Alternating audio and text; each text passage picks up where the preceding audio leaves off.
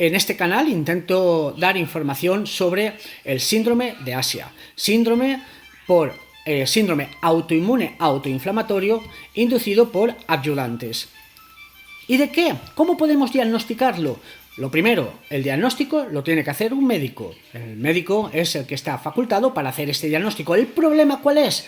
Pues que es un síndrome tan nuevo que todavía no tenemos o no existe en anatomía patológica un análisis clínico que diga usted tiene ese síndrome, y cuando sus síntomas son tan heterógenos que se puede confundir con un montón de patologías autoinmunes o alérgicas, ¿no?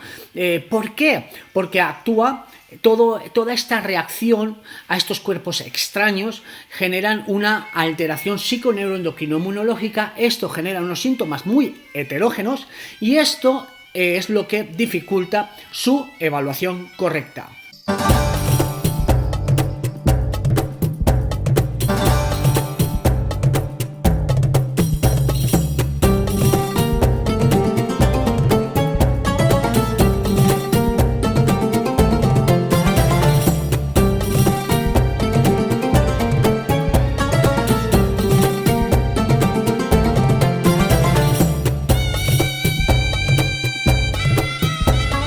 El tema del diagnóstico, ¿no?, del síndrome de Asia o la enfermedad por adyuvantes humana es bastante complicado, básicamente porque no existe una prueba de laboratorio en anatomía patológica que nos declare o que nos demuestre, ¿no?, de una forma muy objetiva que el paciente presenta el síndrome de Asia como tal. Realmente, cuando nosotros cogemos los criterios generales, muchísimos pacientes que presentan el síndrome de Asia también estarían incluidos en muchísimos tipos de patologías con un carácter bastante heterógeno y sobre todo vinculadas al sistema inmunológico, ¿no?, como patologías autoinmunes. Todo esto tiene que ver por su gran afectación dentro de lo que es el sistema psiconeuroendocrino inmunológico. Entonces, ¿cómo se puede evaluar o cómo se puede sospechar? Evidentemente, el diagnóstico lo tiene que hacer un facultativo, un médico, que tiene que estar preparado y tiene que estar concienciado de la existencia de este síndrome. Y ahí han habido dos versiones, una más antigua y una más moderna. En la moderna del IJH se recoge también los criterios de la antigua y podríamos decir que vamos a tener dos tipos de criterios, unos mayores, unos menores. El diagnóstico, la evaluación correcta se dará si cumplimos una serie, o sea, tres criterios mayores o dos mayores y dos menores para el diagnóstico de Asia. Es decir, tenemos que tener tres ítems de los mayores y dos ítems de los menores. Y luego, por supuesto, si lo que tenemos son biopolímeros, pues también una exploración visual, donde podemos ver la inflamación, el eritema, la proliferación de los tatuajes, ¿no?, a nivel de la piel, es decir, ese oscurecimiento de la piel, la presencia de lo que llaman cresta de gallo, ¿no?, esos granulomas, ¿no?, que van apareciendo, esos cambios de textura.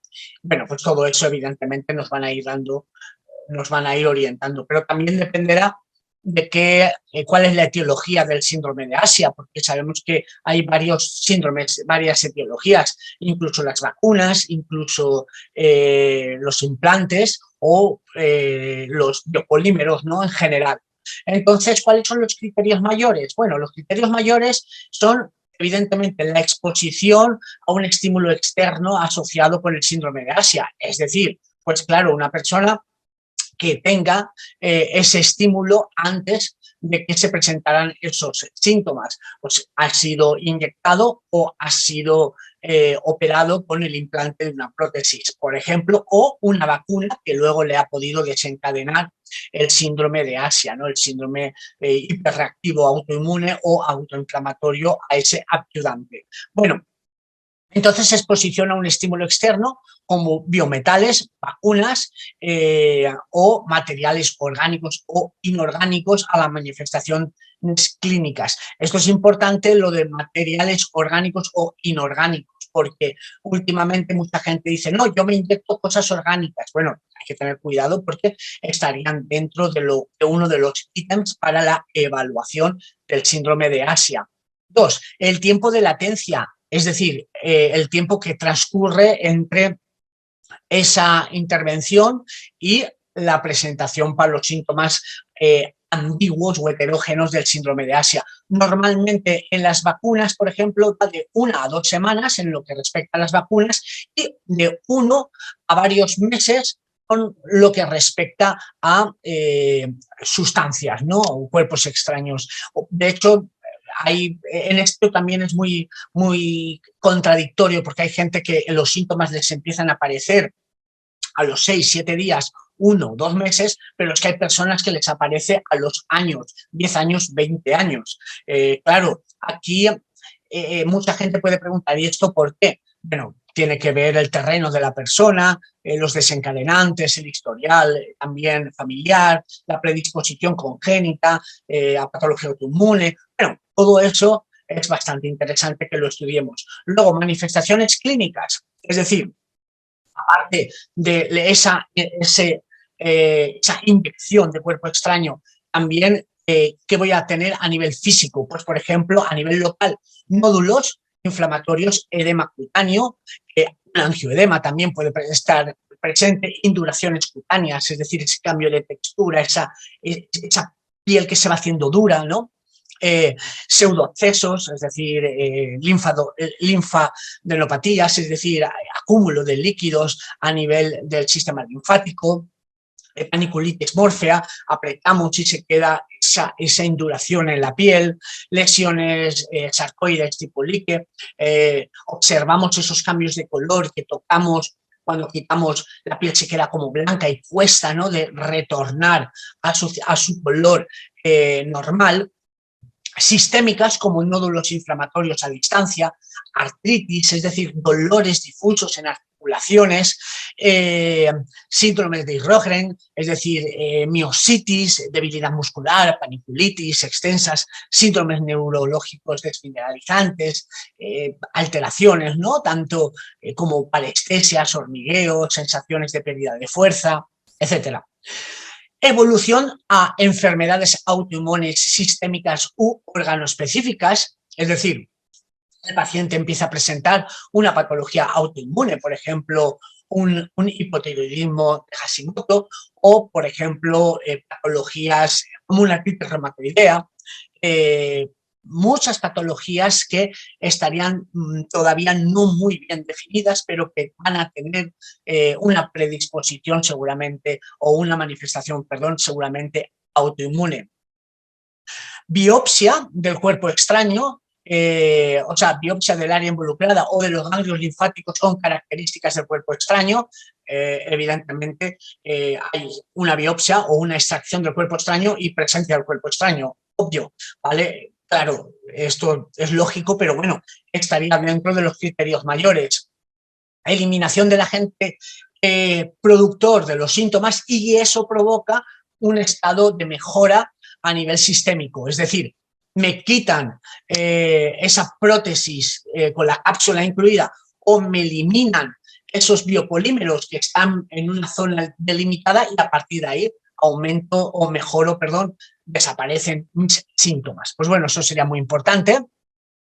HL compatibles con diferentes tipos de familias del complejo HLA. Esto es muy importante, más estos a nivel analítico. Luego, dentro de los criterios menores, historia reciente de factores desencadenantes previo al inicio de las manifestaciones clínicas. Aquí es interesante decir que a veces una infección puede desencadenar ya los síntomas.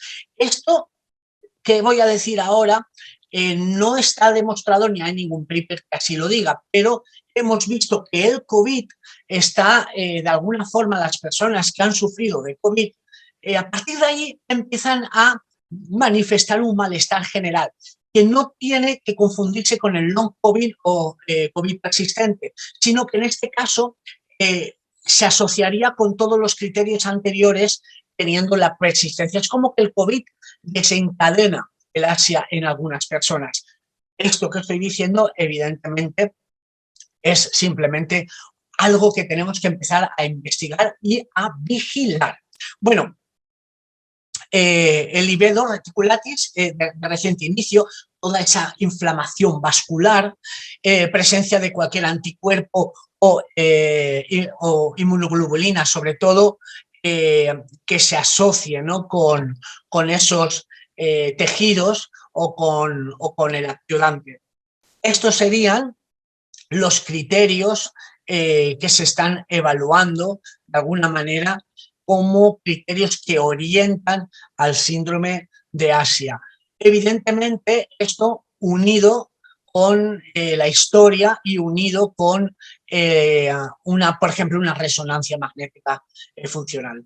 Así que, bueno, no sé si esto les ha ayudado de algo. Cualquier pregunta que tengan, por favor, no duden en preguntarla abajo en el canal de YouTube. Abajo ustedes pueden escribir lo que deseen o en nuestra página de www.síndromedeasia.es. El síndrome, acuérdense, con tilde. Nos vemos en el siguiente.